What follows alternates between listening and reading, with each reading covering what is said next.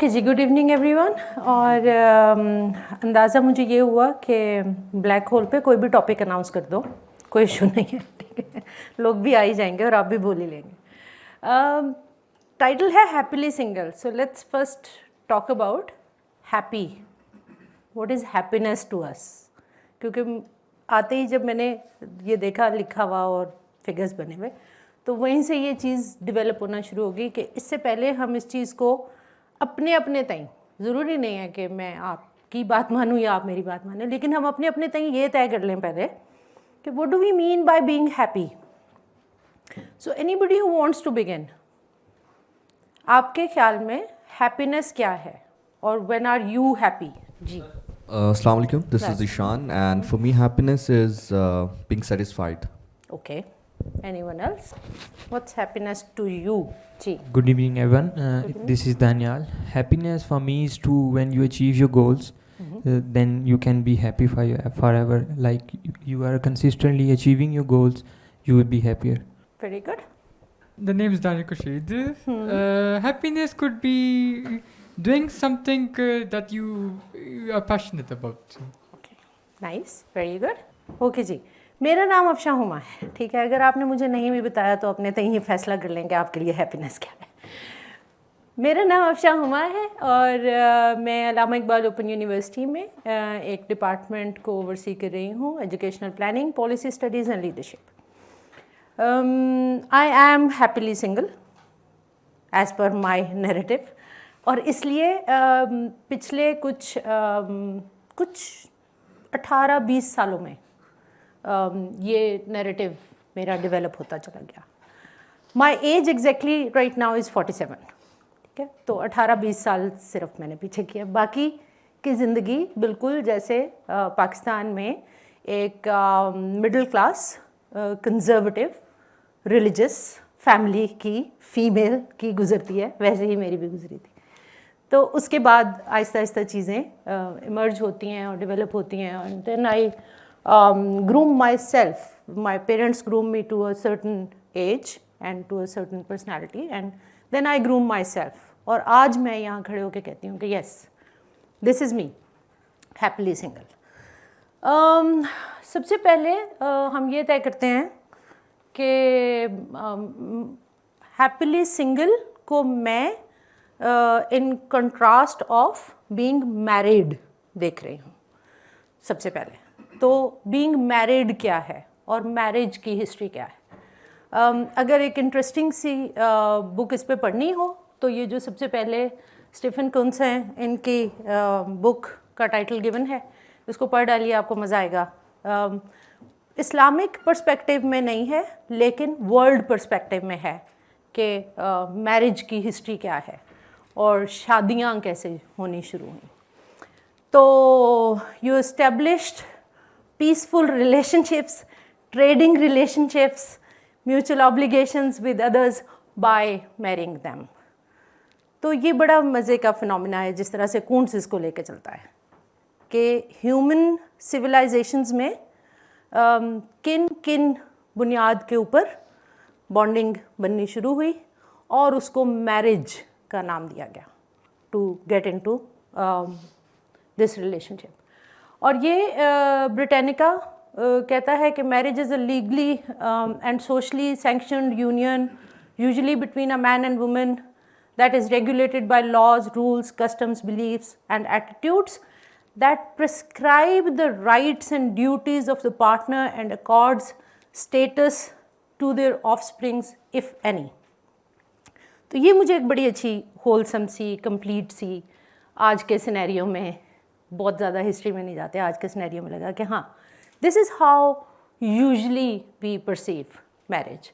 And then there is a website जो कि I am sorry, मुझे डॉक्टर सिद्धरान रात को कहा भी था कि सोर्स दे देना, मैं सोर्स एंड पे आपको भी सर्च करके दे दूँगी। ये एक वेबसाइट है जो कि इस्लामिक टीचिंग्स के मुख्तलिफ टॉपिक्स के ऊपर अपने हदीस और उसके कोटेशंस के साथ दे रही है। तो उसमें से मैंने ये एक सेंटेंस पिक किया कि इस्लाम रिकग्नाइजेज दिस इंस्टीट्यूशन, यानी कि marriage, and accepts it as the basis of human society after purging it of all those evils which had penetrated it. तो ये एक बिल्कुल डिफरेंट पर्सपेक्टिव है ऊपर की दोनों बातों से, कि शायद जो इस्लामिक पर्सपेक्टिव बयान किया जा रहा है, हम आज की सदी में तो हमारी तरफ जो बयान किया जा रहा है हम वो सुन रहे हैं, तो जो बयान किया जा रहा है वो ये बता रहा है कि मैरिज को एक ऐसा फिनोमिना समझा गया कि ये बहुत सी मुआशरे की बुराइयों को रोक लेगी जो कि मुआशरे में आ चुकी थी। Okay,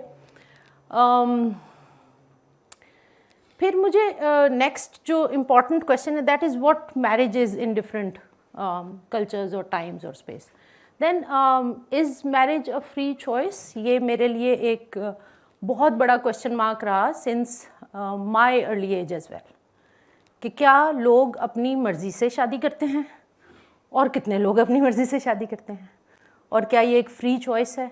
do people in these civilizations, जिसको हम एक बड़ा डेवलप्ड एरा मानते हैं टेक्नोलॉजिकली भी, इकोनॉमिकली भी, कल्चरली भी, सब कुछ, in almost all known civilizations for centuries the young boys and girls, particularly the bride, was assumed to bow to the fathers or guardians' wishes and the marriage arrangements were made on her behalf. वो खुद से नहीं कर रही। ज़्यादा cultures में female क्योंकि mail approach कर लेता है और मेल अपनी मर्ज़ी से जाके भी किसी को इन मैनी कल्चर्स किसी को प्रपोज कर सकता है। Females were seen in many civilizations के वो एक्सेप्ट कर रही हैं। कब तक ऐसा होता चला जा रहा है देखते हैं। This all changed with the differentiation of wealth over the time. जब हम वर्ल्ड इकनॉमिक्स और फाइनेंसेस और उन चीज़ों का फेर देखना शुरू करते हैं तो मैरिज का भी फिनोमिना बदलना शुरू हो जाता है। और फिर सिर्फ ये नहीं है कि मेल फीमेल का रिलेशनशिप डेवलप होना है, फिर ये है कि दो फैमिलीज़ क्या वेल्थ होल्ड करती हैं, दो इंडिविजुअल्स क्या वेल्थ होल्ड करते हैं और क्या लेके एक दूसरे को ऑफ़र कर रहे हैं और कहाँ जाके सेटलमेंट होती है। तो then marriage does not remain only between two people, that's also a financial और इकोनॉमिक कॉन्ट्रैक्ट एज वेल। और कासिम याकूब उस दिन आए हुए थे तो मुझे सुन के बड़ा मज़ा आ रहा था कि कहाँ ख़ातून का रिश्ता लेने के लिए पैसा और माल दिया जा रहा है और कहाँ बेटी को रुखसत करने के लिए बेटी के साथ पैसा और माल दिया जा रहा है। तो ये दो डिफरेंट फिनोमिना है, लेकिन ये इसी को सपोर्ट करते हैं कि हाँ, when wealth and economy and finances came in, तो फिर ये नहीं सिर्फ देखा जाएगा कि अच्छा हमारे आसपास इस शख्स के लिए सूटेबल शख्स कौन है, ये भी देखा जाएगा कि हमारा इकोनॉमिक स्टेटस और इसका इकोनॉमिक स्टेटस और कैसे हम एक दूसरे के साथ बॉन्डिंग करें। They wanted to marry them to somebody at least as wealthy and powerful as themselves. ये बहुत सी civilizations में रहा। कट शॉर्ट करते हैं, until the late 20th century marriage was rarely a matter of free choice in most of the cultures. लेकिन second half of 20th century बड़ी interesting है। हम इसको किसी भी हवाले से देखें तो second half of 20th century 1950s onward बहुत सारी चेंजेस बहुत रैपिडली नज़र आती हैं। पहले कहीं कहीं कहीं कहीं कुछ हो रहा था। जब मैंने ये टॉपिक अनाउंस किया तो somebody said कि this is abnormality to remain single. तो मैंने उनसे कहा कि हाँ बिल्कुल ठीक है। और उन्होंने कहा साइकोलॉजी कहती है। एक तो आजकल का बड़ा अच्छा फ़िक्रा ये है कि साइकोलॉजी कहती है, तो मैं कहती हूँ कि एक तो साइकोलॉजी कुछ नहीं कहती, कोई ना कोई साइकोलॉजिस्ट कुछ कह जाता है, राइट? तो मैं रिपीट करती हूँ कि जब लोग कहते हैं साइकोलॉजी कहती है तो मैं कहती हूँ साइकोलॉजी बजाते खुद कुछ नहीं कहती। साइकोलॉजी होती है, हर एक की होती है, हमारी भी कोई नफ्सियात हैं, आपकी भी कोई नफ्सियात है। तो नफ्सियात कुछ नहीं कहती, कोई नफ्सियात दान कुछ कह जाता है अपने इल्म और मुशाहिदे की बुनियाद पे।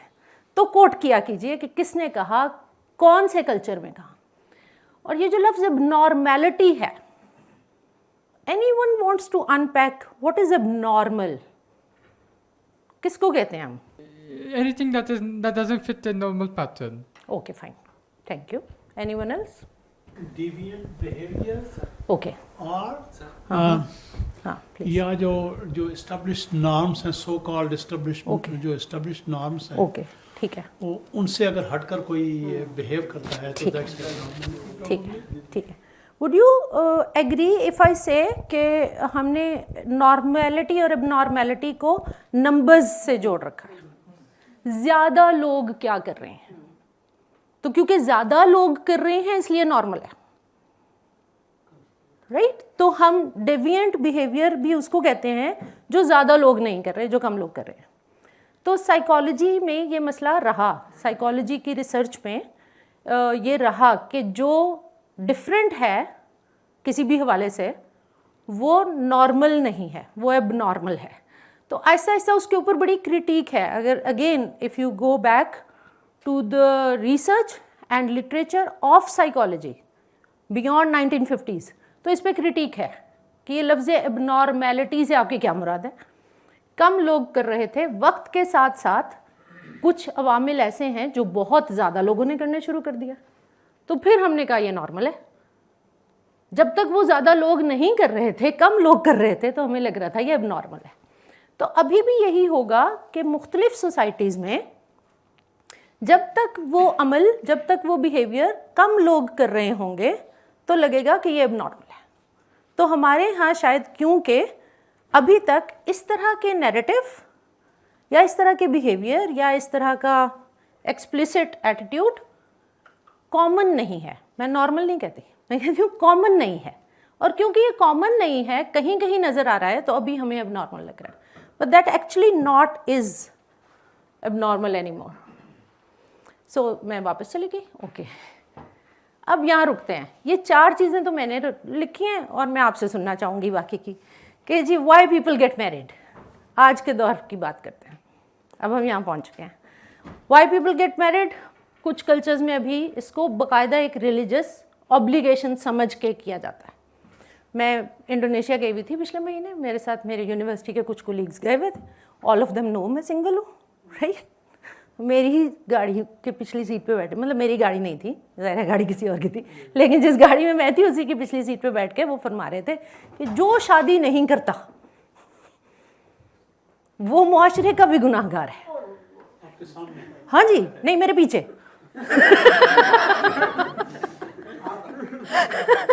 और पीछे से आवाज़ ज़्यादा क्लियर आती है सर, है ना?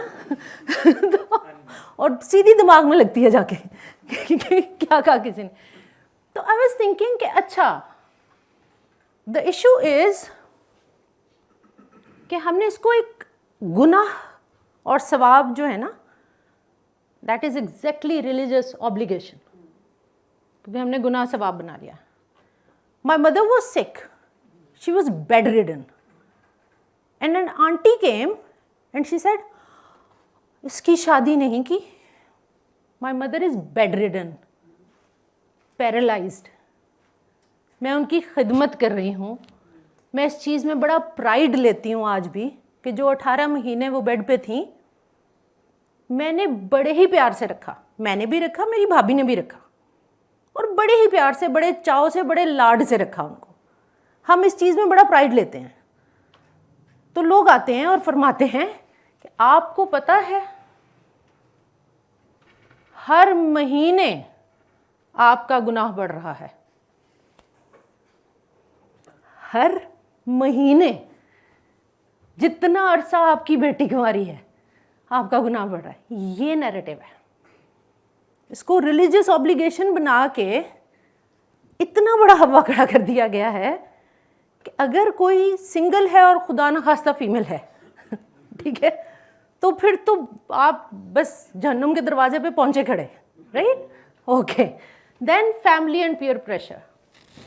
बहुत सारे लोग इसको रिलीजियस ऑब्लिगेशन मांग के शादी कर रहे हैं।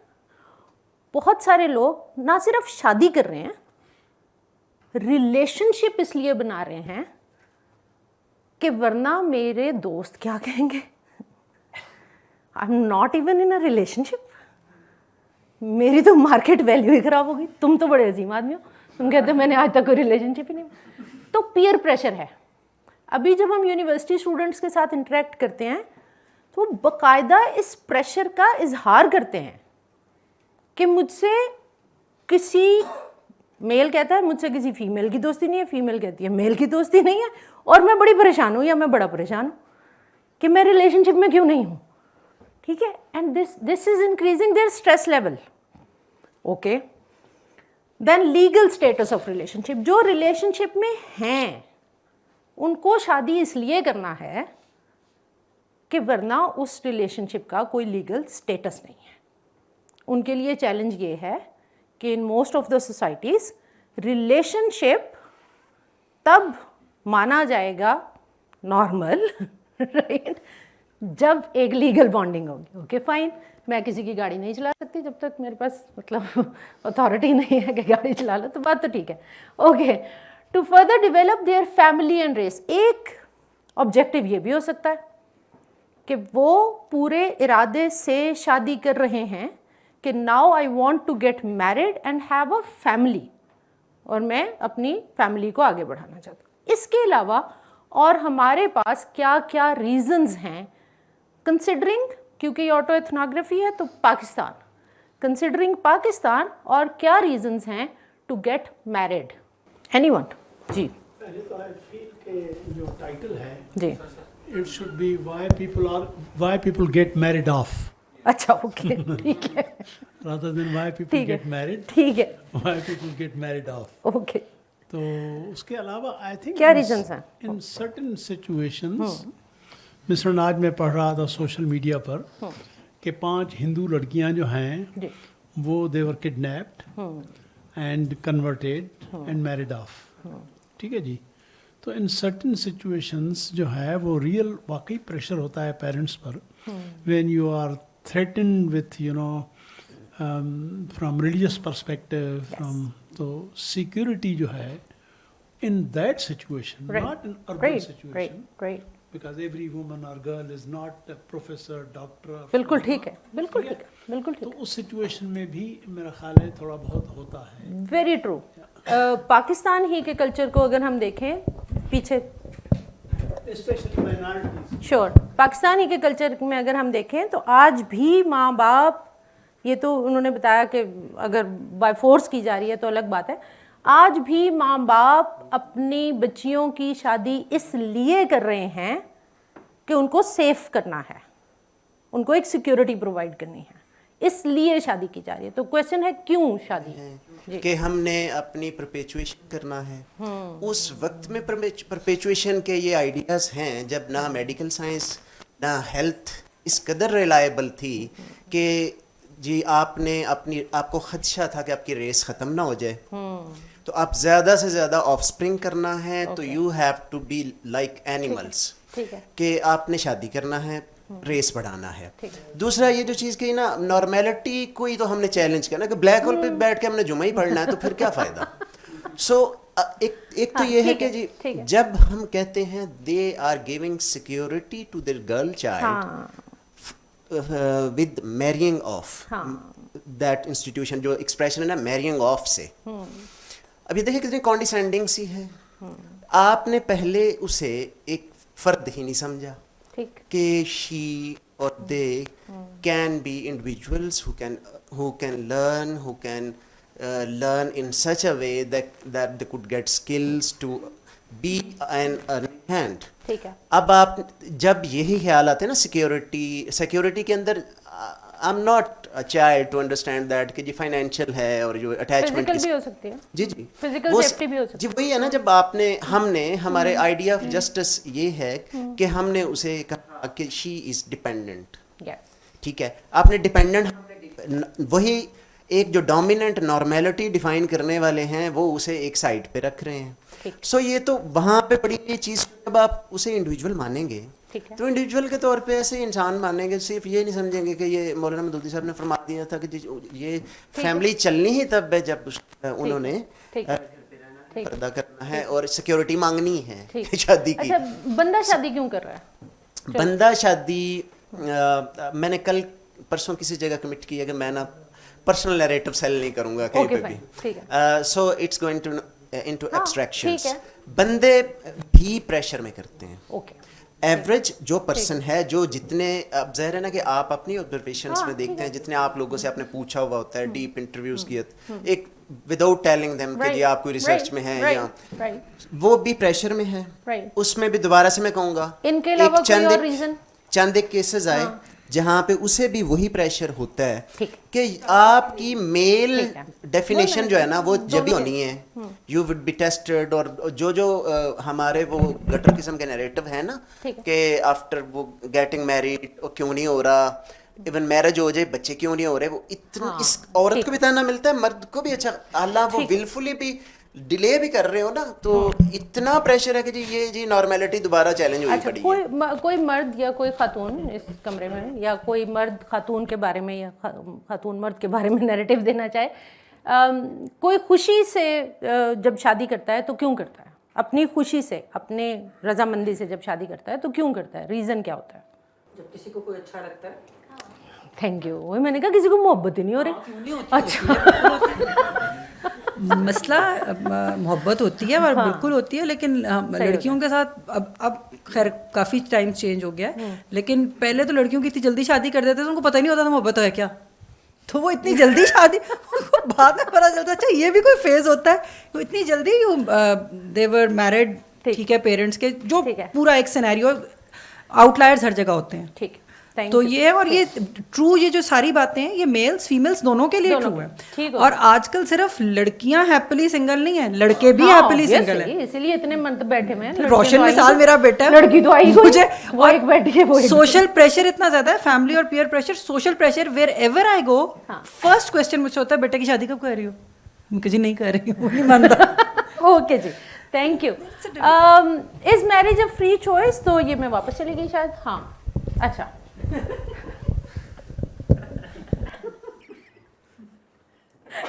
ठीक है। ये क्यों हुआ? पिछली स्लाइड से आगे आते ही ये क्यों हुआ? पिछली स्लाइड थी व्हाई पीपल गेट मैरिड, नहीं, why people get married, and I said, एक तो मैं आगे पीछे में गड़बड़ कर रही हूँ ना। अच्छा, ऊपर जाना है? नहीं, नीचे जाना है। अच्छा, तो why people get married, whatever the reason may be, I prefer a samosa, right? क्यों? थैंक्स टू डॉक्टर सिद्रा कि इन्होंने मुझे वहाँ पहुँचा दिया जहाँ तक मैं पहुँचना चाह रही थी। 16-17 साल की उम्र में मुझे भी मोहब्बत हो गई थी। क्यों हो गई थी? Any idea, any guess? हाँ, अबे चल, शादी हो गई थी। हाँ, अच्छा, अट्रैक्शन, हाँ, अच्छा ठीक है। फर्स्ट टाइम किसी मेल, मैं क्या जंगल में रहती थी? तो फर्स्ट टाइम किसी ने अटेंशन दी होगी यार, उसने तो अटेंशन ही नहीं दी जिससे मुझे मोहब्बत हुई थी। अच्छा, क्यों हुई थी मुझे मोहब्बत? थैंक्स टू इंडियन मूवीज, खुदा की कसम। आज मुझे कोई पूछे, मैं पूरे हल्फिया बयान देने को तैयार हूं। होगा, लेकिन मेरा जो डेवलप हुआ ना, मुझे नहीं पता बाकियों का कैसे होता होगा। थैंक्स टू इंडियन मूवीज मैंने प्यार किया। द मूवी, सीरियसली, ठीक है, सलमान खान। ओहो, अच्छा ऐसे होता है। मैट्रिक की छुट्टियां थी, समझ में, अच्छा इसको मोहब्बत कहते हैं, right? And then all those poetries, all those stories that were being told, शहजादा शहजादी और पता नहीं कहाँ की गरीब सी लड़की और कहाँ का अमीर सा लड़का और वॉट एवर। सो 16-17, अब यहाँ से मेरी ऑटो एथनोग्राफी में बायोग्राफी शुरू होती है कि I was really in love. My family with in, उनको बड़ा वक्त लगा इस बात को यकीन करने में कि हाँ इसको वाकई मोहब्बत हो चुकी है। तो मुझे 16-17 साल की उम्र में हो गई थी, उन्होंने यकीन करते करते 18 साल कर दिया कि अच्छा अब हम मानते हैं, तो ठीक है इसका रिश्ता कर देते हैं वहीं जहाँ ये कह रही है। अच्छा, अल्लाह के बंदो, बेचारे बंदे से भी पूछ लो, उससे किसी ने पूछा नहीं, ठीक है, तो तय कर दिया।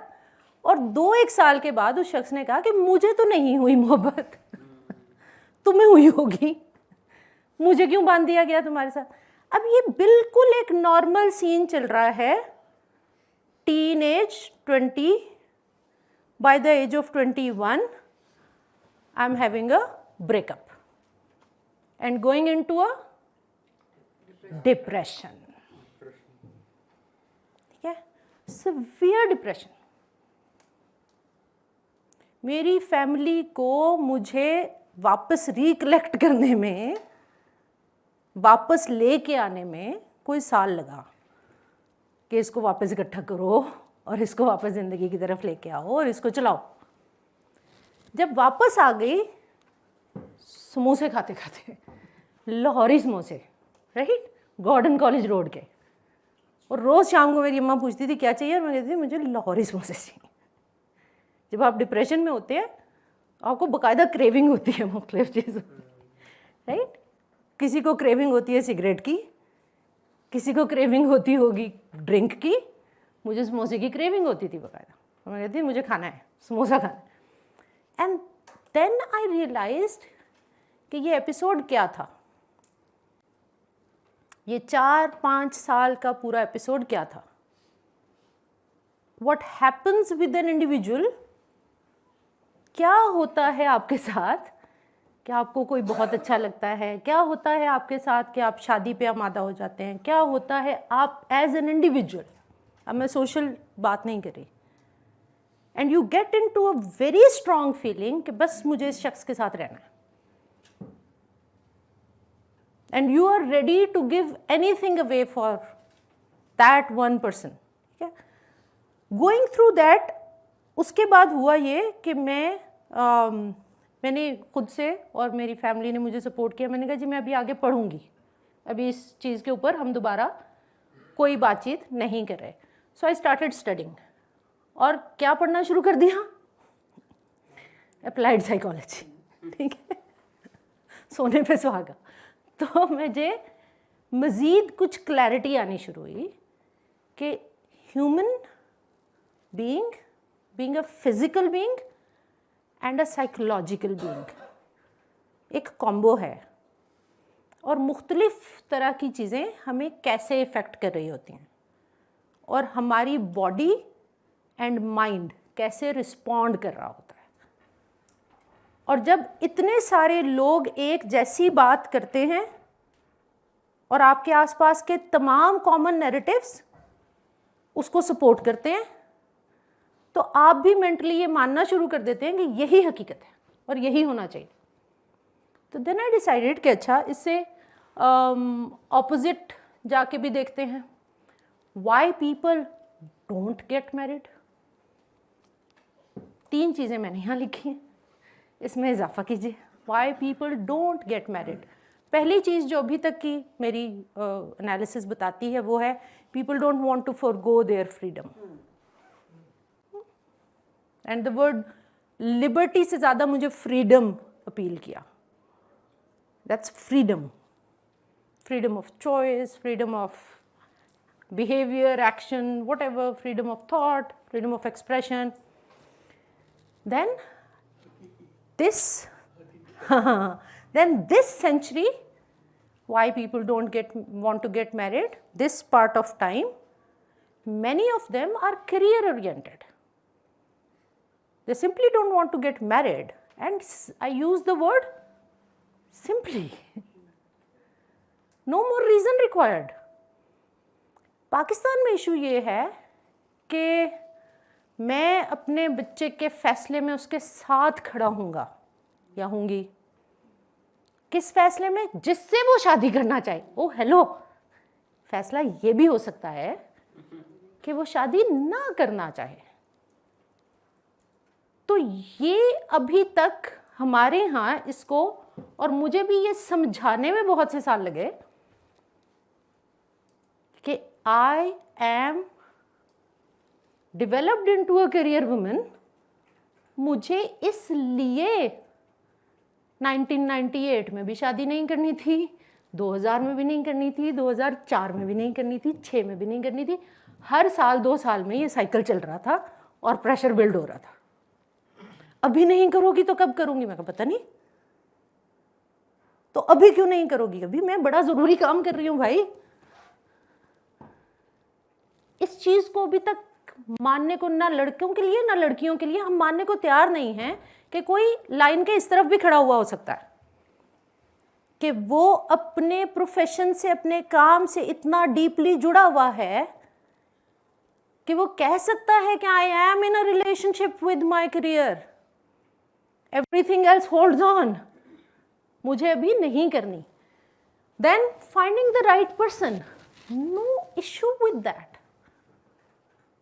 If somebody is taking time और वो अपनी ज़िंदगी में से वक्त ले रहा है अपने लिए कि रुक जाओ, मैं जब समझूंगा कि मुझे कोई सही शख्स मिल गया तो कर लूँगा,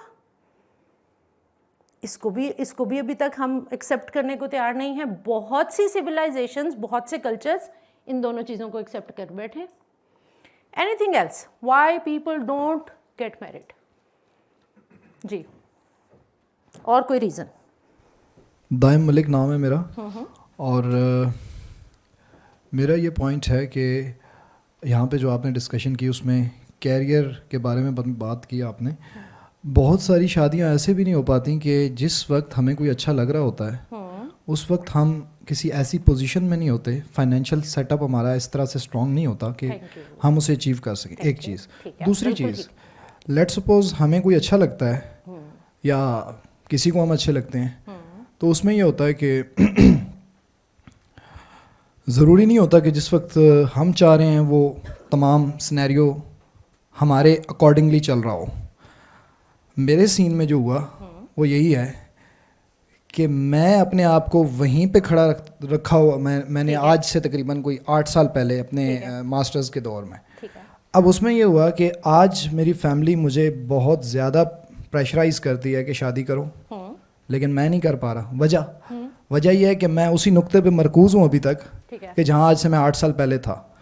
तो ये एक बहुत बड़ी रीज़न है कि हमारा कैरियर जो है वो उस लेवल पे नहीं होता उस वक्त। ये एक बहुत बड़ी रीज़न है जिसको हम डिस्कस नहीं करते, जिसको हम ओपनली नहीं करते। मैं भी नहीं करता, अपने दोस्तों में, अपने कोलीग्स में नहीं करता।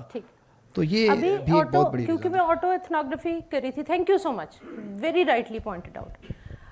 अभी मैं एक बच्ची को मैंने इनवाइट किया था, वो अगर यहाँ आ जाती तो बड़ा अच्छा होता। वो नहीं आई तो मैं उसका नाम नहीं लूँगी, लेकिन उसको मैं क्यों कह रही थी कि आप यहाँ आएँ कि इन 3 रीजंस में वो नहीं लिखा हुआ, और वो इस वक्त की जनरेशन के लिए एक बहुत बड़ा चैलेंज बना हुआ है। और वो ये है कि जिससे मैं शादी करना चाहता हूँ या चाहती हूँ उससे मेरी फैमिली नहीं मानती, और मैं अपनी फैमिली को दुख नहीं देना चाहता या चाहती। तो फिर मैंने सोचा है कि शादी नहीं करते। ये इतने सारे बच्चों से मैं सुन चुकी हूँ बार बार। आज की बात कर रही हूँ, अब हमारी एज तो आगे चली गई। ये एक फिनोमिना इस जनरेशन में इतना ज़्यादा फैल रहा है, इसको क्या नाम देंगे आप? मेरे पास एक लेबल है पर मैं नहीं देना चाहती। आप इसको क्या नाम देंगे कि जिससे लड़का या लड़की शादी करना चाह रहे हैं, दे नो कि मेरे पेरेंट्स, मेरी फैमिली नहीं मानेंगे, और फिर वो कहते हैं अच्छा छोड़ो, नहीं करते, शादी ही नहीं करते। जी जी सर, आप कुछ और कहना चाह रहे हैं? कहिए। मैं ये रीज़न बताना चाहता था कि जो 3 रीज़न आपने लिखे हैं, इसके अलावा और भी हैं। हाँ जी, ज़रूर।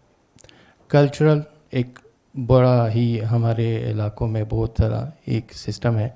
पहले भी ये साहब बैठे हुए थे, मैंने यहाँ पे फेमिनिज़म पे एक बात हो रही थी, तो मैंने उससे कहा कि हम तो यहाँ पे चूँकि हम पश्तो और पख्तून कल्चर से हैं, तो हम इवन लड़की का शक्ल भी नहीं देख सकते, और ना वो लड़कियां और लड़कों का शक्ल देख सकती। आजकल तो फेसबुक का ज़माना है, खैर लड़कियां फिर भी हमारी शक्ल तो देख सकती हैं किसी हद तक तस्वीर में, लेकिन हम उसको नहीं देख सकते। और अगर जिस रिलीजियस पर्सपेक्टिव से देखा जाए तो कुछ रिलीजन में ये भी है कि आप मतलब है 7 दिन तक लड़की को मतलब है ऑब्जर्व कर लें, और बाकायदा under the supervision of their parents, ठीक है, कि उसकी मतलब है आप उसको यहाँ तक देख लें कि उसके अगर वो गुस्से में क्या करती हैं, या गुस्से में वो क्या करता है, तो यहाँ तक हमें फ्रीडम है। लेकिन हम इस वजह से भी एक ये भी है कि हम शादी नहीं करते, और ये अभी तक मैंने शादी नहीं की। इसकी एक बड़ी वजह ये है कि मैं हमेशा मेरे पेरेंट्स के साथ यही है हमारा, कि मैंने जब देखी नहीं, मैंने पूरी ज़िंदगी उसके साथ गुजारनी है, तो मैं किस तरह शादी कर लूँ। My father, thank you.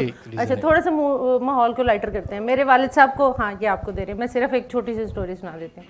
मेरे वालिद साहब को पता चल गया कि यार अब ये ना इस नहज पे आ गई है जिस पे ये पहले से आए हैं। कि मैं कहती थी कि कोई भी प्रपोजल आएगा, राइट, मैं फैसला करूँगी, मैं मिलूँगी, मैं देखूँगी, मैं फैसला करूँगी। वो कहते थे ठीक है। तो वो बाकायदा अरेंज करते थे कि यार बंदा आएगा और इनकी मीटिंग होगी और उस वक्त और कोई नहीं होगा, ये आपस में गुफ्तगू करेंगे। तो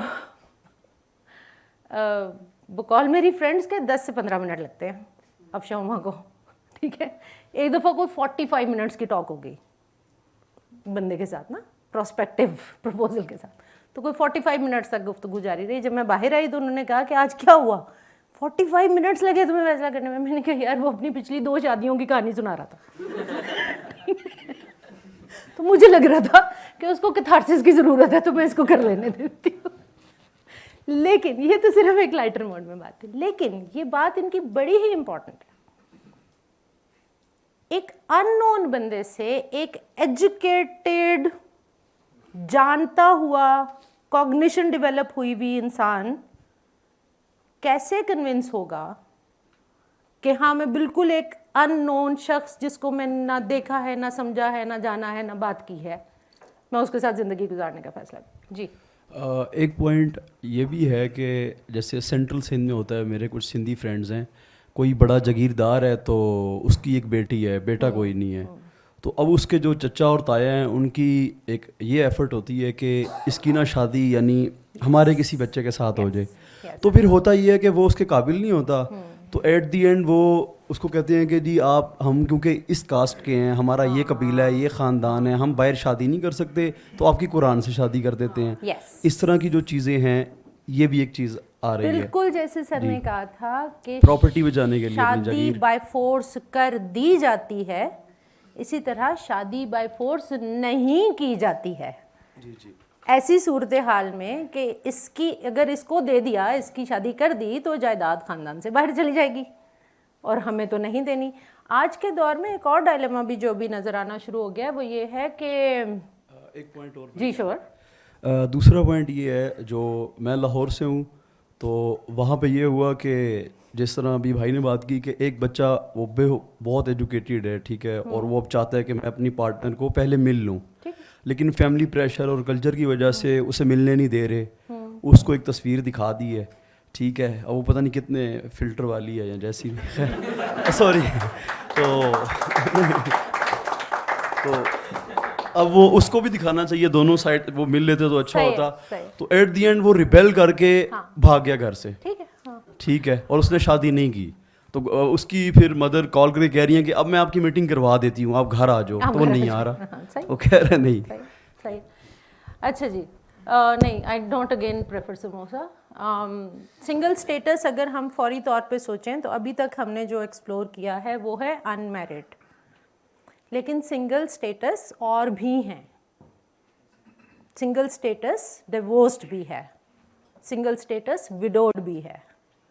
तो आज हम ज़्यादा गुफ्तगू जो कर रहे थे वो, क्योंकि मैं ऑटो एथनोग्राफी पेश कर रही थी तो मैंने बीइंग सिंगल नॉट मैरिड, लेकिन ये 2 brackets, if somebody is divorced, if somebody is widowed, इन दोनों ब्रैकेट्स में क्या वो शख्स दोबारा शादी करने को तैयार हो गया है, is a big question mark. या ये फैसला भी हमने ही कर डालना है। पहली शादी का भी फैसला फैमिली और पीयर और सोशल प्रेशर, और दूसरी शादी की दफ़ा उससे ज़्यादा सोशल प्रेशर। ना हुआ तो पता नहीं क्या हो जाएगा। और यहाँ आके मैं रुकती हूँ और मैं कहती हूँ कि मेरे आसपास तो बहुत सारे लोग हैं, मेरे ख़ानदान में हैं, who are at this status and they did marvelous jobs।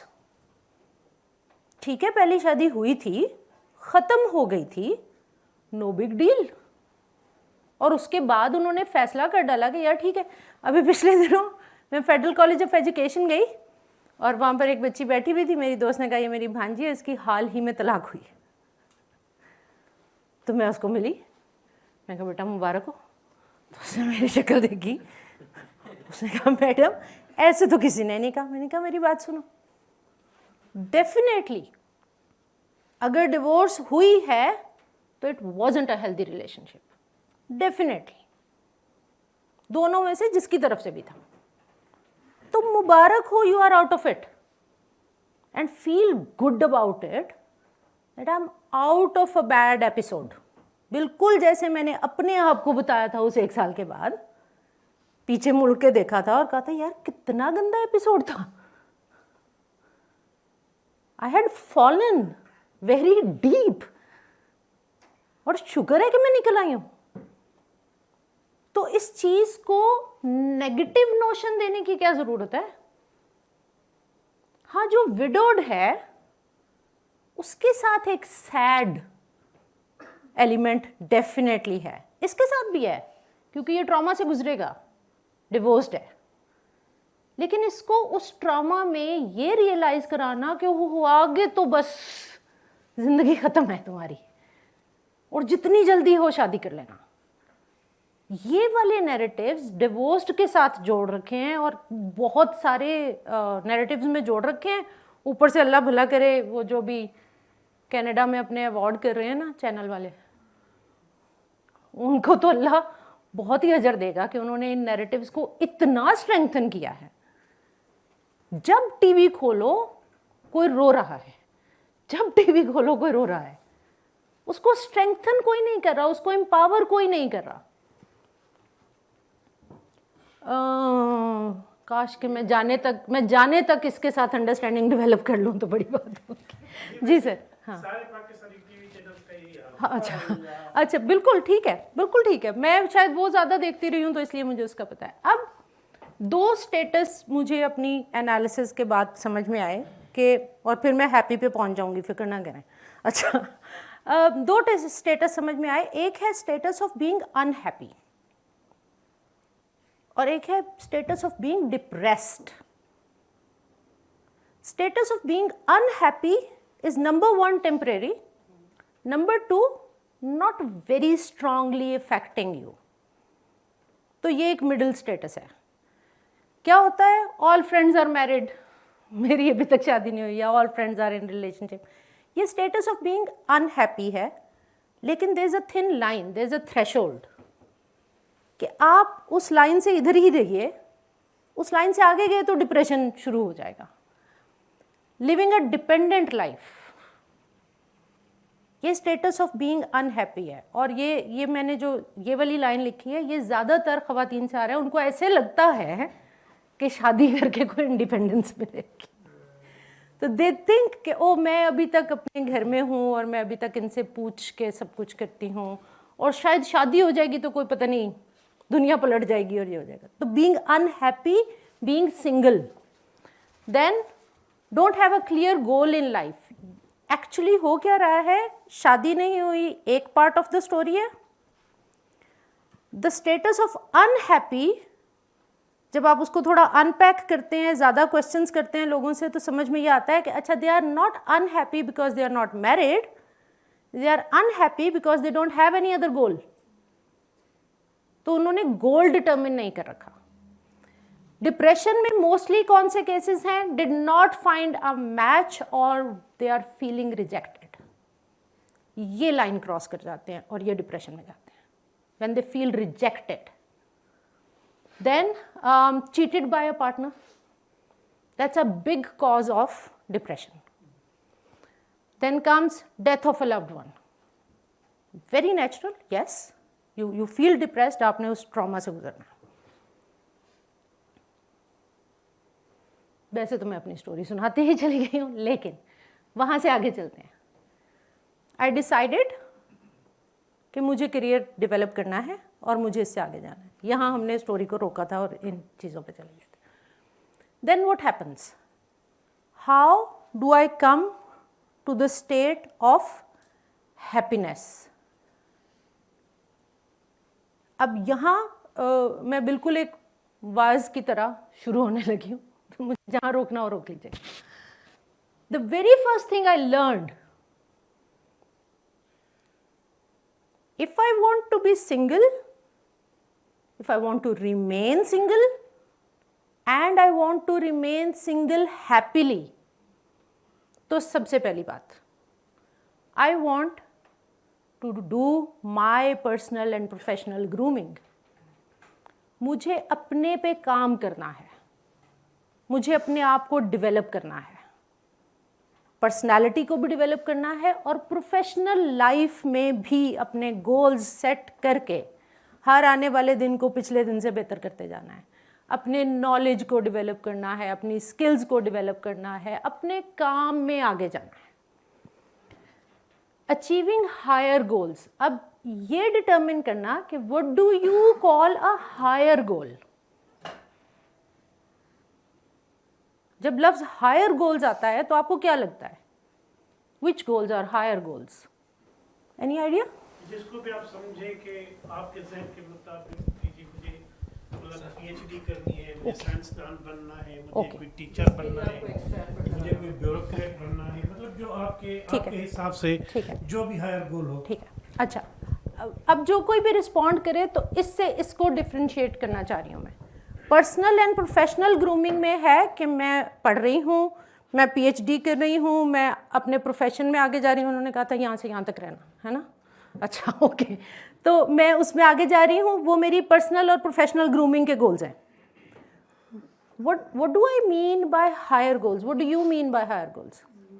I think other than that, यानी पर्सनल ग्रूमिंग या प्रोफेशनल जो प्रोग्रेस है, उस एग्जैक्टली इसी तरह की बात कि दूसरों की मदद करना, कोई सोशल वेलफेयर का काम या सोसाइटी में कोई बेटर यानी चेंज लेकर आना, इस तरह की हायर गोल्स भी हो सकते हैं। ठीक है, तो पर्सनल से निकल के राइट, जब आप अभी कई दफ़ा लोग मुझे कहते हैं ये काम, आप भी कहते हैं ये काम क्यों कर रही हो, डर नहीं लगता, ये क्यों कर रही हो? लोग तुम्हें बातें करते हैं, तुम्हें परेशानी नहीं होती? Once you set higher goals तो आप मेरे तई, ठीक है, हाँ बोलिए। आप लोगों के लिए एग्जाम्पल सेट करते हैं, ठीक है, आप बताते हैं कि मैं इस हार्ड टाइम से गुजरी हूँ और मैं किस तरीके से इससे मैंने वो किया। ठीक है, मैं बीइंग अ पख्तून, हाँ, मैं खटक फैमिली से हूँ और I am happily single, but मैं कोहाट से यहाँ अकेली सेटल हुई हूँ।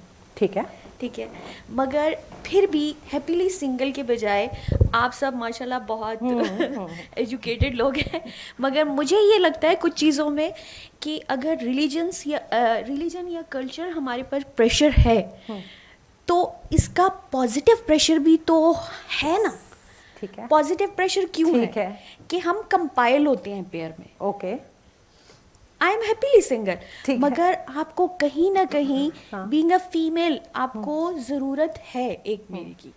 क्यों? मेल को भी है। मैं एक सवाल कर सकती हूँ? जी जी बिल्कुल। आपके जुमले में है आपको, जी जी, आपने एक दफ़ा भी नहीं कहा मुझे ज़रूरत है। अब मुझे जनरली मगर मुझे ये लगता है कि आप जिस स्टेट में भी हों, आप अगर नहीं शादी, आपको अपनी पसंद का बंदा नहीं मिला, ठीक है, आपने नई शादी की, आपने कल्चरल वजह से जो भी वजह से नहीं की, ठीक है, आप उस चीज़ में हैप्पीली रहें और अपनी ग्रूमिंग करें। ठीक है, मगर आप ये भी कर सकते हैं, उस चीज़ से आप डिनाई नहीं कर सकते कि वो चीज़ भी ज़रूरी है।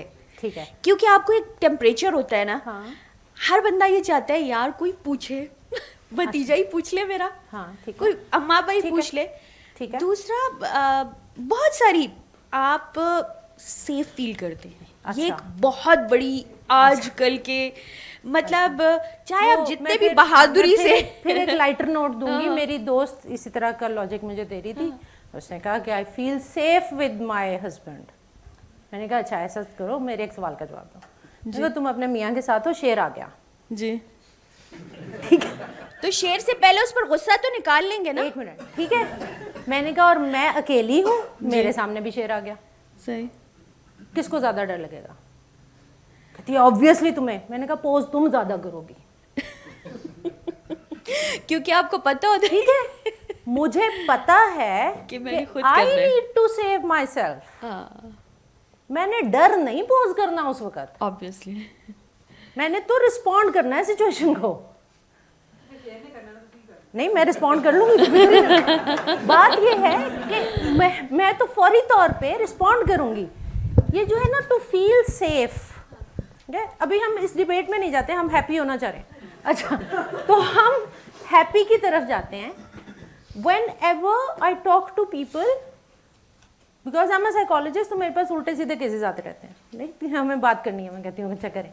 Whenever I talk to people, तो जैसे मैंने उनको सॉरी लेकिन मैंने आपको टोक के कहा आपको ज़रूरत है. मैं कहती हूँ नहीं बेटा मुझे तो नहीं है, तुम अपना फैसला करो, कहो मुझे ज़रूरत है. तो फर्न कहता नहीं मुझे तो नहीं है. मैं कहती हूँ फिर ये फैसला कैसे कर लिया कि आपको ज़रूरत है. We believe what we perceive.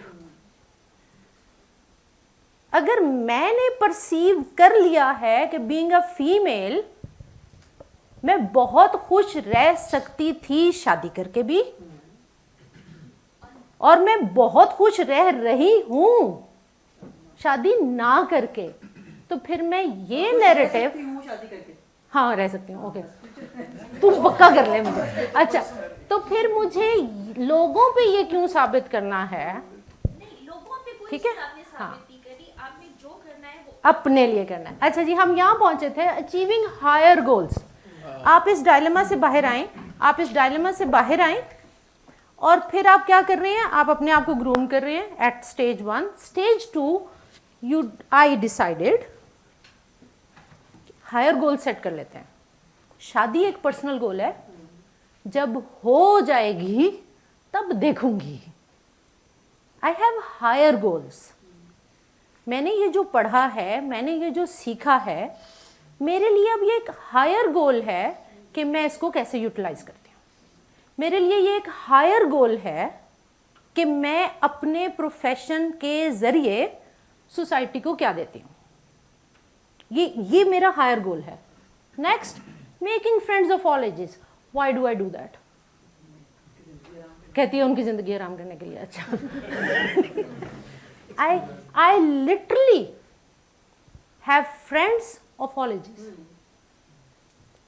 Hamid मेरे साथ एक जूनियर लेक्चरर है, उसका बेटा आता है, हम दोनों कॉरिडोर में भागते हुए एक दूसरे को मिलते हैं. उसका बेटा 4 साल का है. ठीक है, तो मैं दौड़ती भी जाती हूँ, वो भी दौड़ता हुआ मेरी तरफ आता है. आफाक मेरा PhD स्टूडेंट है, उसके वालिद आई थिंक ऑलमोस्ट 80 हैं. और जिस दिन मैं उनको मिलने जाती हूँ वो कहते हैं आज का दिन अच्छा है क्योंकि अब शादी. इसका मतलब है कि me being me, human being, not a female और अ मेल और any other gender, me being me could earn happiness and spread happiness. इसमें शादी तो कहीं आती ही नहीं. शादी के तो वो तमाम रीजंस हैं जो हम पीछे दे आए हैं, और जब आप उन सारे रीजंस से गुजर के आके इंडिपेंडेंटली खड़े हो जाते हैं तो आप कहते हैं यार खुशी का तो फिनोमिना ही और है. To be happy you can do any of these things. Travelling and exploring life on earth. Thank you. आप फर्स्ट वाला कर लिया ना, तो फिर ये किया ना, राइट? तो इसने मुझे ये करने दिया. समझ रहे हो? बड़ा अच्छा पॉइंट था तुम्हारा. कैसे निट टुगेदर करें हम अपनी हैप्पीनेस को? वो जो पर्सनल एंड प्रोफेशनल ग्रूमिंग है, उसी मैंने जो दोनों एग्जांपल्स आपको दोस्ती की दी, एक मेरे कुलीग का बेटा है, एक मेरे सुपरवाइजर का वालिद है. मैं किसी अलहदा मोहल्ले में जाके दोस्ती नहीं कर रही. My personal and professional life is giving me opportunities. मैं ट्रेवल भी कर रही हूँ, तो मैं अब तक मैं कोई 13 ममालिक फिर चुकी हूँ. क्यों? इसी चक्कर में, पहले वाले में. लेकिन जहाँ जा रही हूँ तो ट्रैवलिंग को भी एंजॉय कर रही हूँ और उसको एक्सप्लोर भी कर रही हूँ और उसके बारे में समझ भी रही हूँ, फिर एक्सप्लेन भी कर रही हूँ कि मुझे क्या समझ आ रहा है. Last but not the least,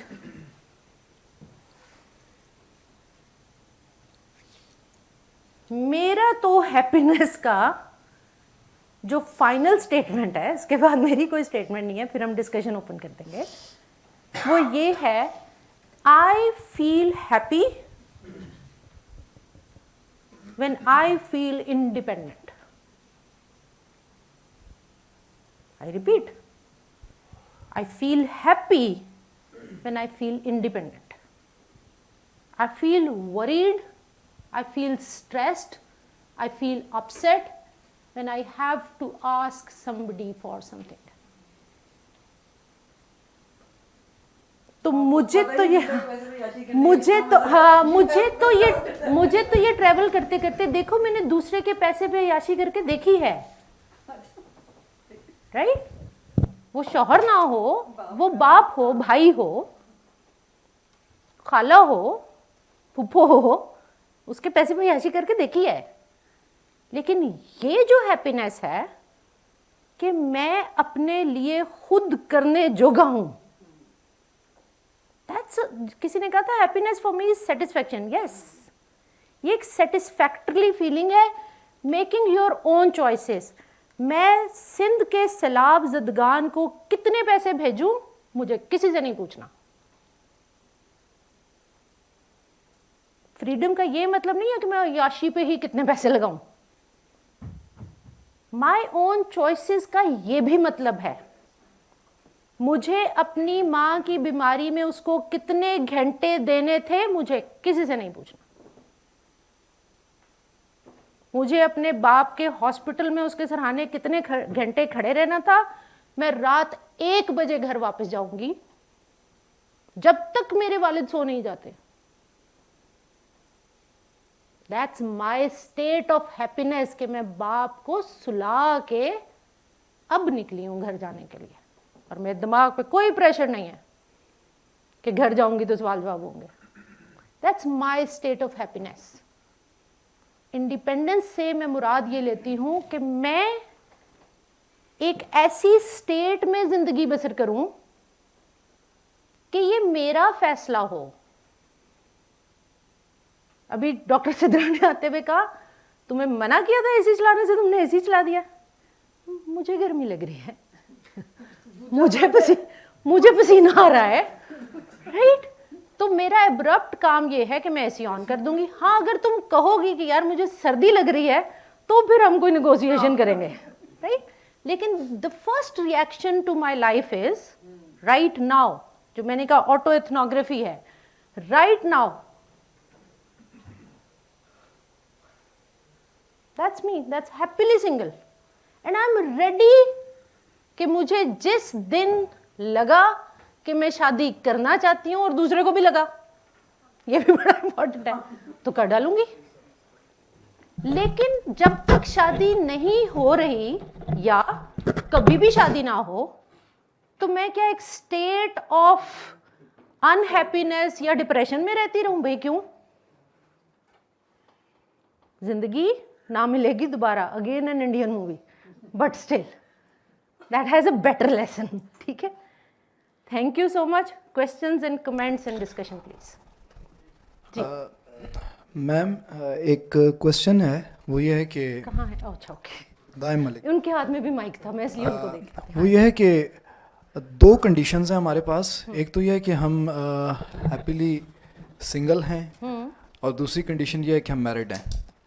अब पहली जो कंडीशन है उसमें जैसे आपने बताया कि डिप्रेस्ड होते हैं हम जिस वक्त हमें कोई आप ये कह लें कि अपनी चॉइस का कोई पार्टनर नहीं मिलता, जिसमें बाद में डिवोर्स भी हो जाती है, सेपरेशन हो जाती है।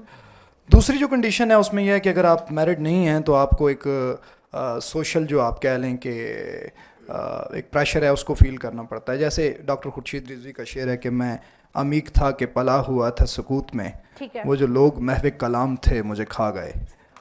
अब वो जो लोग खा गए तो वो तो दोनों कंडीशंस में खाएंगे। ठीक है, अब वो जो दोनों कंडीशंस हैं, अब आपका जो नैरेटिव है, एक तो पहली बात ये है कि भाई हैप्पीली सिंगल, लेकिन आप भी इस सोसाइटी का हिस्सा हैं। जब इस सोसाइटी का हिस्सा हैं तो यहाँ पे अपने आप को खड़ा रखने के लिए हमें इन तमाम चीज़ों को देखना पड़ता है। आवाज़ खल्क को नकारा खुदा समझो। और एक दूसरा पॉइंट ये है कि अगर हम ये कहते हैं कि हम पोस्ट मॉडर्न एरा में हैं, तो फिर हम साइंसेस के साथ अपने आप को जोड़ते हैं। बायोलॉजिकली क्या ऐसा पॉसिबल है कि एक शख्स सारी उम्र अनमैरिड रहे तो वो बहुत सारे मसाइल में नहीं घिरेगा? यस, ठीक। मैं बताती हूँ। और एक और चीज, साइंटिफिक अगर इसी के उलट मुतजाद राय दी जाए तो उसमें यह है कि क्या वो मैरिड होगा तो उसे फलां मसाइल जो है वो नहीं होंगे। ठीक है, ये पॉइंट है, यानी ये क्वेश्चन है मेन। Thank you. अच्छा जी, मैंने शुरू में डिस्क्लेमर नहीं दिया, उस वक्त जो लोग बैठे हुए थे वो ज़्यादातर मुझे जानते ही थे, तो मैंने अब डिस्क्लेमर देती हूँ। ये नैरेटिव काउंटर नैरेटिव नहीं है शादी का, ये एक पैरेलल नैरेटिव है, राइट।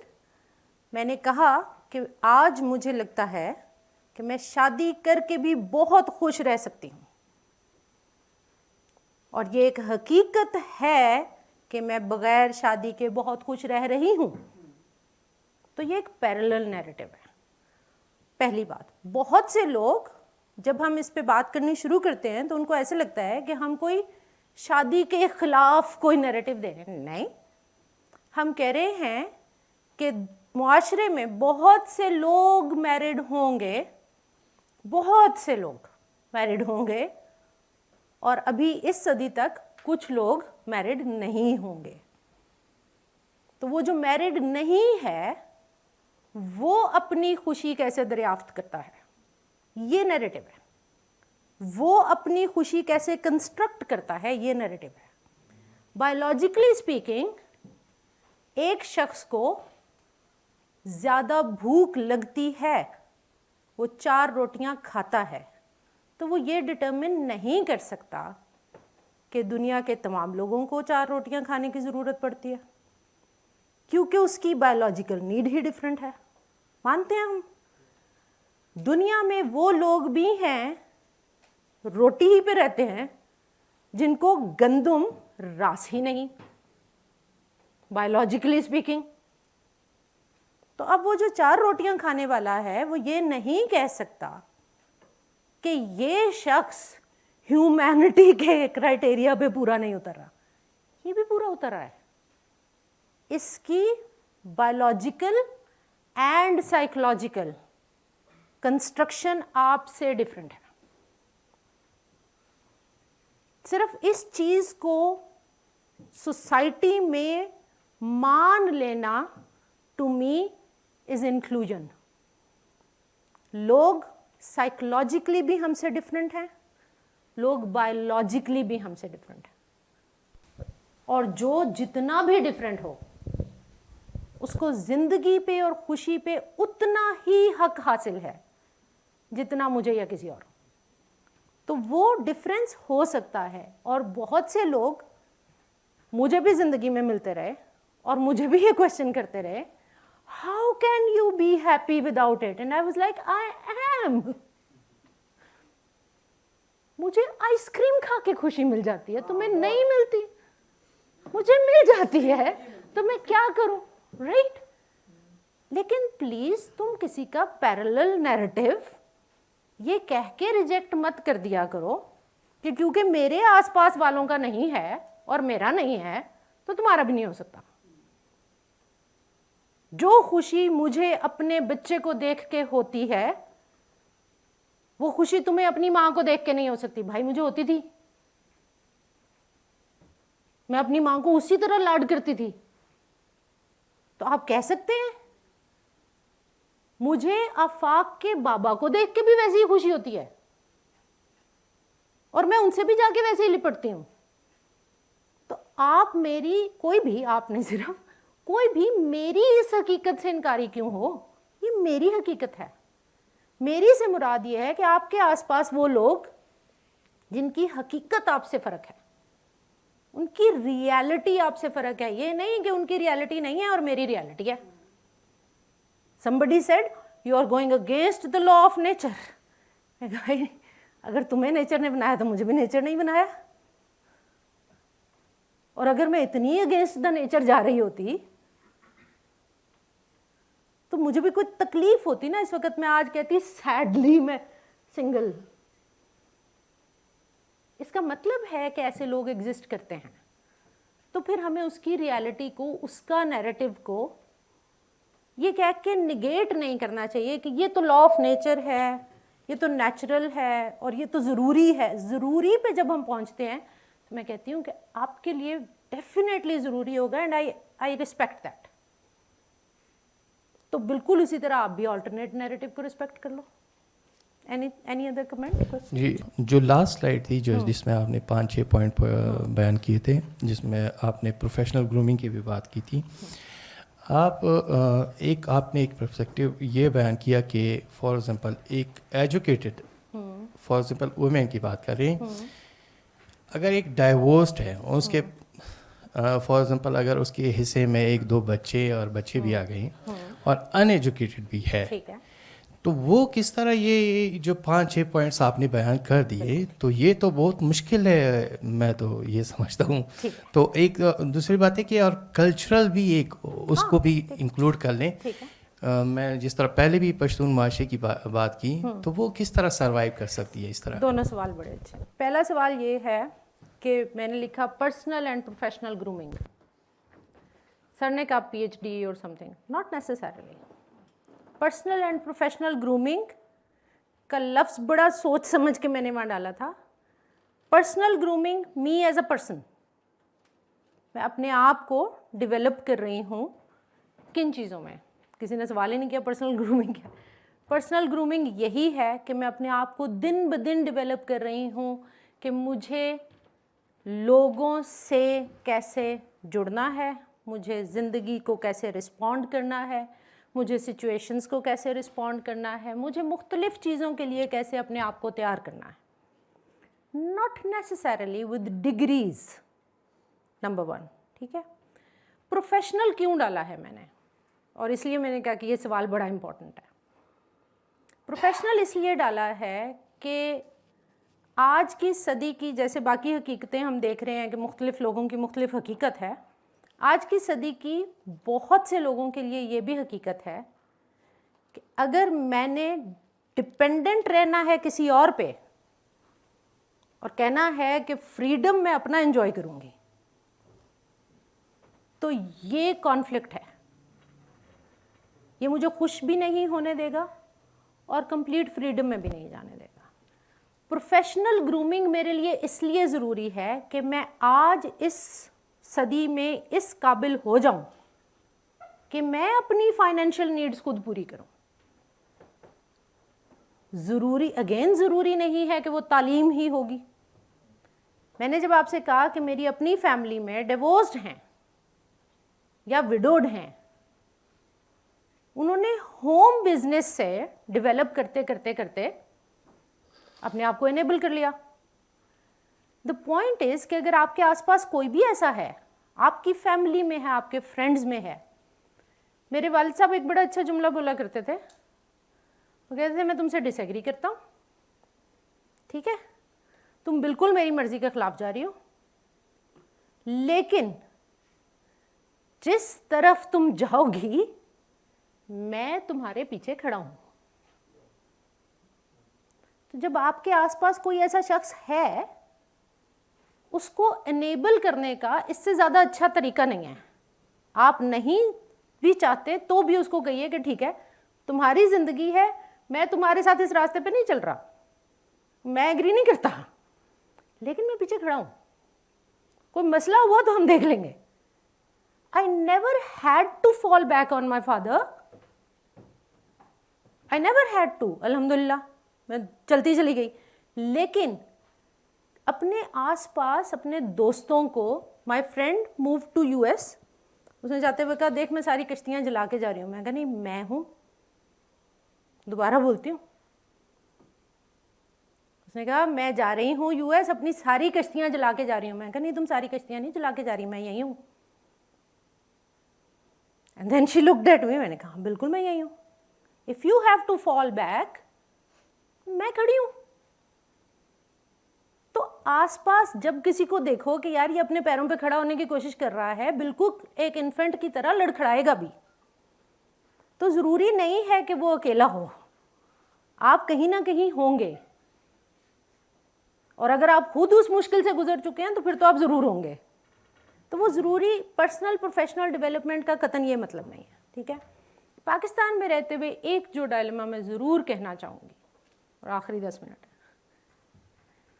जब लड़कियाँ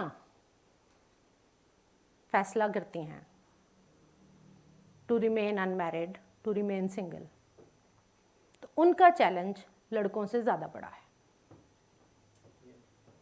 and in many many many cases, not all, but in many many many cases, they have to cut off from their family.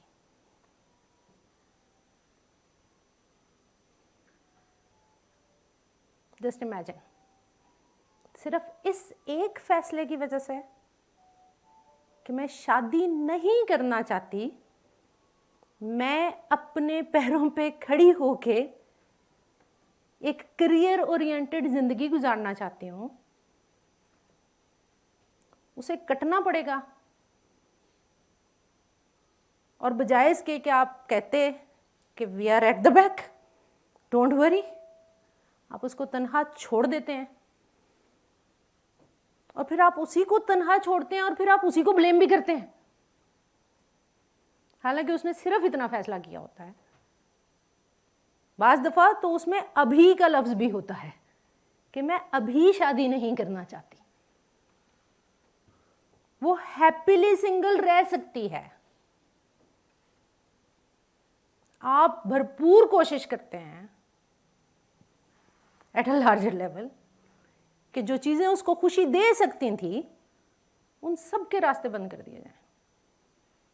माँ के गले लगना उसको खुशी दे सकता था,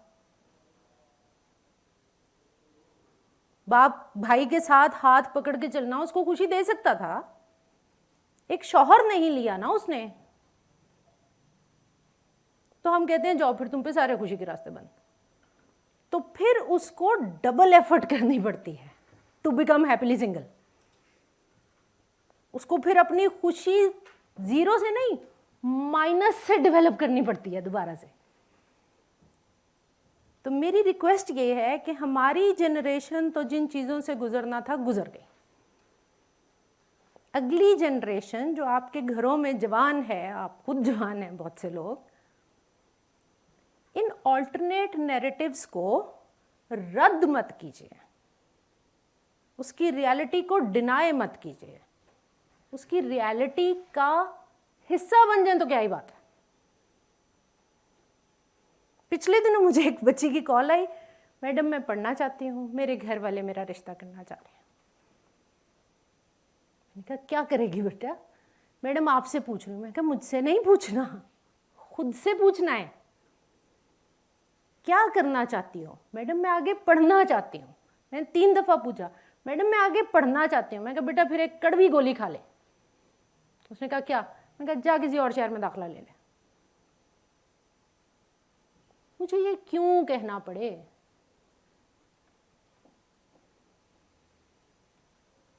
अगर आप मेल हैं और आप उसी घर में रह के ये कह सकते हैं कि मुझे शादी नहीं करनी, मैं अभी ये काम कर रहा हूँ, तो ये बच्ची क्यों नहीं कह सकती? और आप इसकी हैप्पीनेस को मल्टीप्लाई क्यों नहीं कर सकते कि पुत्र तू ना घर ब्याह तो फिर भी तेरी ज़िंदगी बड़ी खुशगुन होगी. हम फौरी तौर पे उसमें मिजरी का एलिमेंट खुद डालना शुरू कर देते हैं. लड़कों के भी, मैं ये नहीं कह रही कि लड़कों के नहीं, मेरे पूरे नैरेटिव में आपने कहीं नहीं सुना होगा, लेकिन इसके लिए चॉइस ही नहीं छोड़ते. तो we need to look at these narratives. मुझे पिछले दिनों किसी ने कहा कि देखिए मेरा दिल करता है कि मैं गेम्स खेलूं, और मेरी बहन का दिल करता है कि वो कुकिंग करे. मैं कहा एक्सक्यूज मी, ये कैसे डिटरमिन हुआ है? मैं कहा did you ever ask her? नहीं, पूछने की जरूरत नहीं. मैंने कहा एक minute. My brother use to play with my cousins in the street. मुझे फीमेल कजन्स के साथ घर के अंदर रहना है, तो at a certain age my grandmother said कि अब इसको ये फ्रॉक्स और जीन्स पहनानी बंद करो. ठीक है, अगली दफ़ा वहाँ जाते हुए हमारे घर में डिबेट हुई, मेरा मूड ऑफ है कि मुझे मेरी मर्जी के कपड़े नहीं पहनने दिए जा रहे, एंड माई मदर सेड कि उसकी ग्रैंड मदर ने मना किया, and my brother intervened and he said first of all my father, उन्होंने कहा अच्छा आज पान दे फिर वेखांगे, तो फादर इतना ही बेचारे कर सकते होते हैं क्योंकि उनकी वालदा है पीछे, right. My brother intervened and he said तुम आज जाके अंदर मत बैठना। I was like what do you mean? उसने कहा तुम हमारे साथ बाहर खेलना। And from that day onward he tried his level best कि इसको इस नैरेटिव में से बाहर निकालो। तो आज भी वो इंग्लैंड बैठा हुआ है और मैं हर जगह उसका जिक्र करती हूँ कि जहाँ मुझे कोई डायलेमा था और जहाँ मुझे लग रहा था कि यार मेरी हकीकत तस्लीम ही नहीं की जा रही, तो वो कहता था तुम अपनी हकीकत कंस्ट्रक्ट करो, निकलो। ये जो 6-8 लोगों में बिठा के तुम्हें कहा जाता है तुम ऐसी हो, ये ज़रूरी नहीं है। Thank you.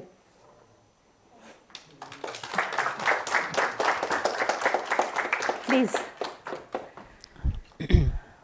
मैम मेरा ये कमेंट है कि पहले तो ये कि आप जिस स्टेज पे जिन स्टेजेस से गुजरी और हैप्पीली सिंगल उस पर पहुँची है, हर केस में ऐसा नहीं होता है, जिसका ऑलरेडी आपने बता भी दिया मुख्तलिफ फैक्ट्स एंड फिगर्स को देखते हुए। दूसरी बात ये कि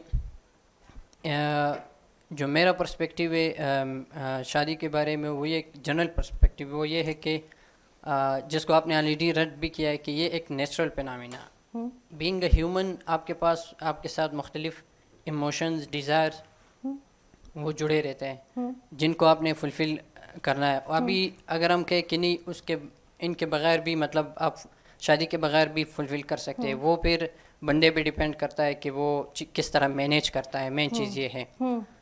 बाकी ये कि अब फॉर एग्ज़ाम्पल अगर मैं सोचूं कि अगर मेरे पेरेंट्स ने शादी नहीं किया होता तो मैं शायद इधर होता ही नहीं। ठीक है, इन केस सही बात है, ठीक है, इसमें तो कोई गलत बात नहीं। अगर आप कहते हैं कि नहीं आप फिर भी हो सकते थे दूसरे तरीकों से, ठीक है, दूसरे तरीकों से आप हो सकते थे, तो क्या आपको नहीं लगता है कि सोसाइटी बहुत स्कैटर्ड होती है, कौन किसका बेटा है और किन किस, मतलब इस तरह की कुछ अजीब सी नहीं लगती फैमिली सिस्टम और ये चीज़ें? ये भी एक फैक्ट फिगर है, इनकी बारे में आपके क्या? अच्छा जी, अब वापस आते हैं। अच्छा, आप कुछ कहना चाह रही हैं, सिर्फ हंस रही हैं? अच्छा, सिर्फ हंस रही हैं, ओके। अच्छा, ये 2 ख़वातीन ना मेरी हालत पे हंस रही हैं इसमें। अच्छा, मैं जवाब दे लूँ, ठीक है? और वैसे अगर आप दे दें तो बड़ी आप, अच्छा मैं जवाब दे देती हूँ, पहले जवाब दे दूँ। देखो, आपने कहा कि जी आपने इस बात को रद्द किया कि ये नेचुरल फिनोमेना, मैंने रद्द तो किया ही नहीं। मैंने कहा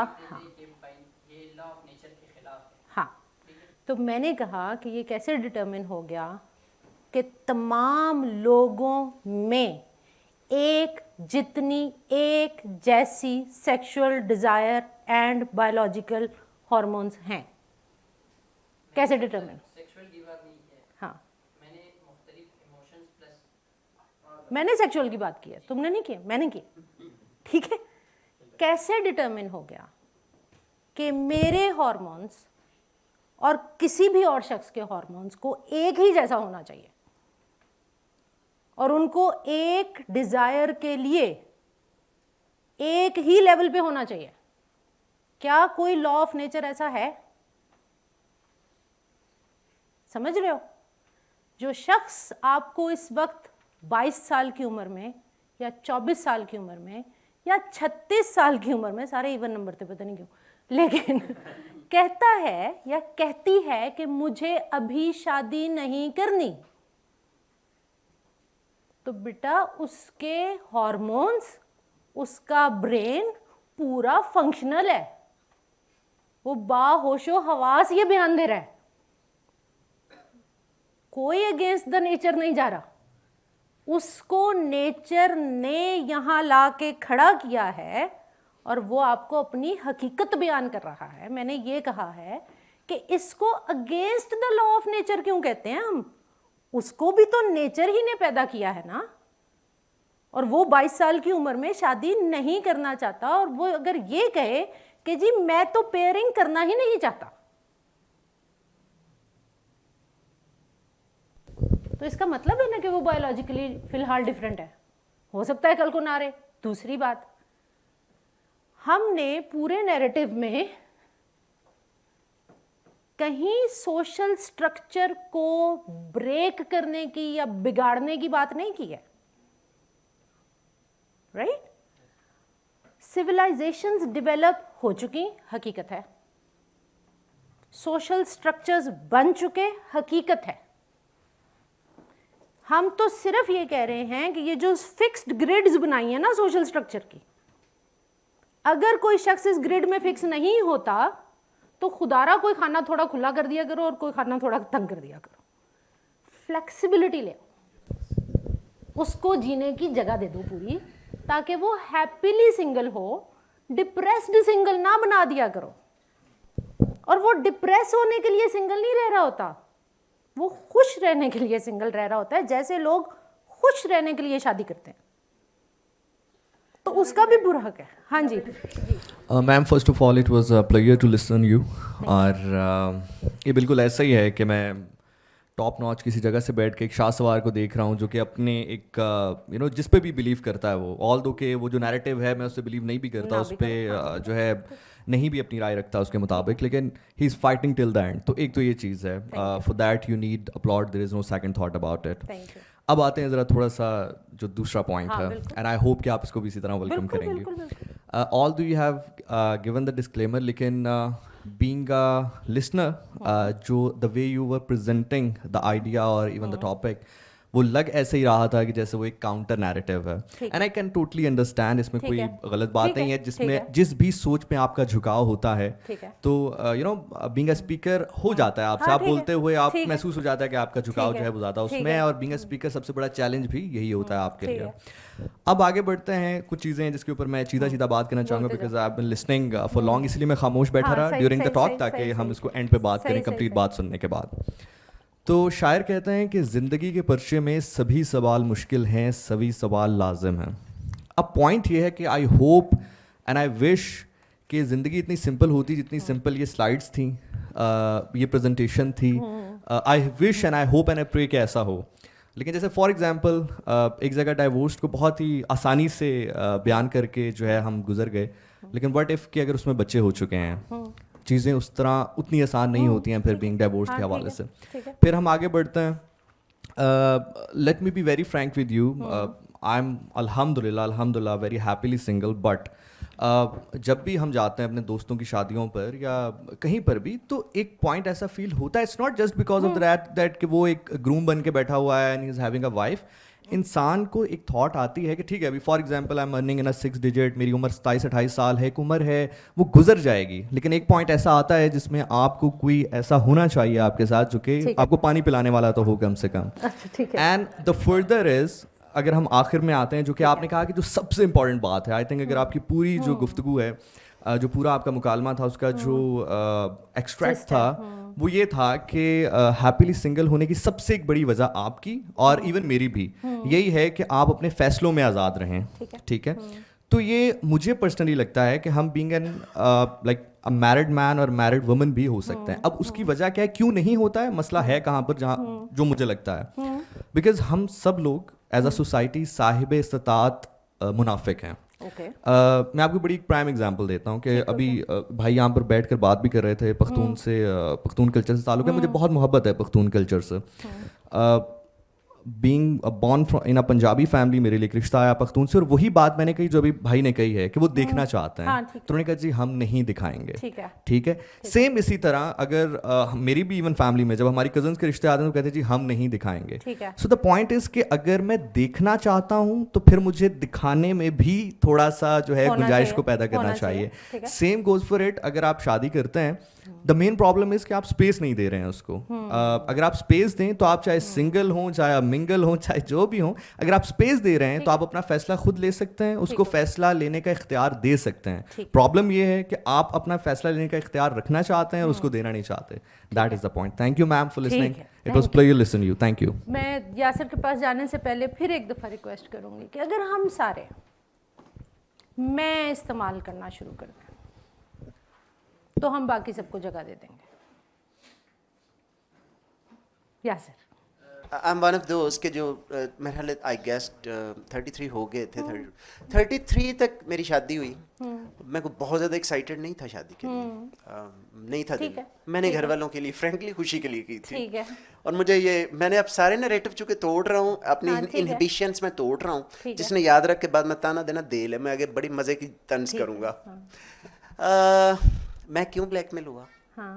मैंने कहा जी नहीं, मेरा इरादा, I don't want, simply write person. और वो ये था कि आपके पास वो चीज़ें, आप एग्रेरियन सेंसिबिलिटी से आगे निकल गए होते हैं जब आप यूनिवर्सिटी ग्रेजुएट होते हैं, और आप सिर्फ डिग्री लेने के लिए नहीं पढ़ रहे होते, आप समझ के पढ़ रहे होते हैं, मुसीबत हो जाती है, आप आइडियलिस्ट होते जाते हैं।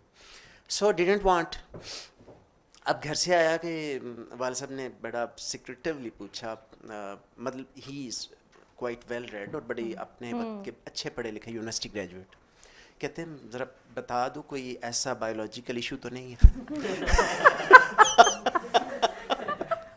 तो अभी देखिए ना, अब देखिए कितने पावरफुल थीम्स चल रहे हैं जो वेपनाइज भी होते हैं, सोसाइटी वेपनाइज भी करती। मैंने कहा है नहीं है, तो फिर क्यों है? ठीक है, तो मैंने कहा जस्ट नहीं, ठीक है। बहरहाल मैंने उस वेपन को मैं प्रेशर लिया था, that was a weak moment. अब मैंने कहा ना, मैं नॉट वेरी मच एक्साइटेड, शादी हो गई वो भी ठीक है। अब पॉइंट इज दैट अगर मैं आपको एम्पैथाइज कर पा रहा हूँ, I guess, because you are not countering. आप मुझे नहीं लगा आपने हमें ब्लेम किया जिन्होंने मैरिड, मेरे ज्यादातर दोस्त हैप्पीली मैरिड हैं। जी जी। सो अब यहाँ पे अब मैंने कहा था मैं कमेंट है, क्वेश्चन नहीं है या एडिटिव कमेंट है, ठीक है। We are living a narrative. मैं नॉर्मल रह रहा हूँ, मुझे बहुत अच्छा नहीं लग रहा, मुझे अच्छा लगता है मैं डिफरेंट करूँ, मेरा करता है दिल मैं अच्छा करूँ, डिफरेंट करूँ, एंड मैं आइडियलाइज करता हूँ you are doing something different which is not normal. I love that. और यही सेलिब्रेशन है कि हमसे जो डिफरेंट है ना, हम उन्हें अप्रिशिएट कर लें। जिंदगी खूबसूरत, मैं तो कहता हूँ जिंदगी खूबसूरत होती है अपने बने बनाए पैमानों पे, जो भले 1400 साल या 2800 साल या उससे भी पहले के पैमाने जो है ना, नहीं कुछ पैमाने हम पे ज़्यादा लागू होते हैं, तो उनसे बाहर भी देखें ना तो ज़िंदगी बड़ी खूबसूरत है। अपनी डाइवर्सिटी में, अपनी डाइवर्सिटी को अप्रिशिएट करते हुए आप दूसरे लोगों को एम्ब्रेस करें, उनके आइडियाज़ को, और ये करें कि पॉसिबिलिटीज़ आर देयर, कि वो वही है हारमोन्स वाली जो बात कर रहे थे ना, नेवर थिंक यार जो कुछ मेरा रेप्लिका दुनिया नहीं है, ये मान जाए, ये मान लें, ठीक है। शी इज़ नॉट काउंटरिंग, हमें कोई डर नहीं होना चाहिए कि जी वो बेशक जो बंदा डिफरेंट होता है ना, मुझे ग्रामर जो समझ आई है सोसाइटी की, जो बंदा डिफरेंट होता है एट टाइम्स, हम जो सो कॉल्ड नॉर्मल्स होते हैं, so called normals, reactive normal, जो हमने प्रेशर में आके हम चीज़ें एक्सेप्ट की होती, जब वो अपना नैरेटिव देना लगता है ना, तो हमें लगता है यार ये क्यों हमें चैलेंज कर रहा है दोबारा से, बिकॉज चैलेंज का राइट तो सिर्फ हमें था कि यार क्यों नहीं शादी की हुई, वाई भाई नहीं की, दिस इज इट। अच्छा, मेरी 2 भतीजे हैं और एक है बुक वॉर्म, सही की, ठीक है, और क्योंकि वो बहुत पढ़ती है तो बड़े अच्छे ग्रेड्स भी ले रही है, और वो मेडिकल में भी चली गई, अभी फर्स्ट ईयर उसने क्लियर भी कर लिया। इंग्लैंड होती हैं दोनों भाई के बच्चे। तो दूसरी जो है ना, वो उतनी ही तालीम से बागी है, राइट। तो उसके साथ कोई गुफ्तगू हो रही थी, तो somebody said कि तुम्हें नहीं लगता कि you are being spoiled? उसने कहा excuse me, she is spoiled। मैंने कहा कैसे? कहती है ना किसी इंसान से बात कर सकती है, ना टीवी देखती है, दिन में ज़्यादा मैं हंसती हूँ वो कम हंसती है, लोगों से ज़्यादा मैं मिलती हूँ वो कम मिलती है, तो she is spoiled। मुझे उस दिन भी एक रियलाइजेशन का मोमेंट था कि जो हमारे कॉमन नैरेटिव पे पूरा नहीं उतरता वो स्पॉइल्ड है, क्योंकि हमारा कॉमन नैरेटिव ये है कि बच्चे को इस एज में पढ़ना चाहिए और ज़्यादा वक्त अपनी किताबों में गुजारना चाहिए और ये करना चाहिए। तो जो इस रविश से हटके है, और वो कहता है, और मैं भी क्या कहा करती थी, अमेजिंगली मुझे मज़ा ये आता है कि मैंने PhD तक किया और मैं कहती थी कि मैं 15 मिनट से ज़्यादा नहीं पढ़ सकती, मुझे ब्रेक चाहिए होती है, उसके बाद मुझे कुछ और करना होता है, फिर मैं वापस आके बेशक बैठ जाऊँ पढ़ने के लिए। तो मेरी इस चीज़ को उस वक़्त भी बड़ा काउंटर किया जाता था कि ये क्या हरकत है, टिक के बैठ के क्यों नहीं पढ़ती, वो जो टिक के बैठ के नहीं पढ़ रहा वो अपनी तरह से पढ़ रहा है, और अगर वो बिल्कुल भी नहीं पढ़ रहा तो भी इंसान है मुकम्मल। तो ये बिल्कुल वैसा ही नैरेटिव है कि अगर कोई खुश है अपने आप में तो बार बार हाथ उठा के उसको ये मत बताओ कि नहीं तुम हम जैसे नहीं हो इसलिए तुम खुश हो नहीं सकते। तुम अपने आप को कहीं सप्रेस कर रहे हो, वो पुकार पुकार के कह रहा है कि मैं खुश हूँ और मैं इस चीज़ को एंजॉय कर रहा हूँ। तो फिर आप उसको इनकार कैसे करते हैं? आप कहते हैं आओ हम तुम्हारे साथ एंजॉय करते हैं। And I am thankful to many faces in this room as well, जो वो लोग हैं जो मुझे या मेरी तरह के और हैप्पीली सिंगल को साथ लिए फिरते हैं और कहते हैं यार जब ये खुश होती है बड़ा मजा आता है, राइट? गाड़ी में भंगड़े वाले गाने लगाती है और अकेली ही खुश हो रही होती है। तो थैंक यू।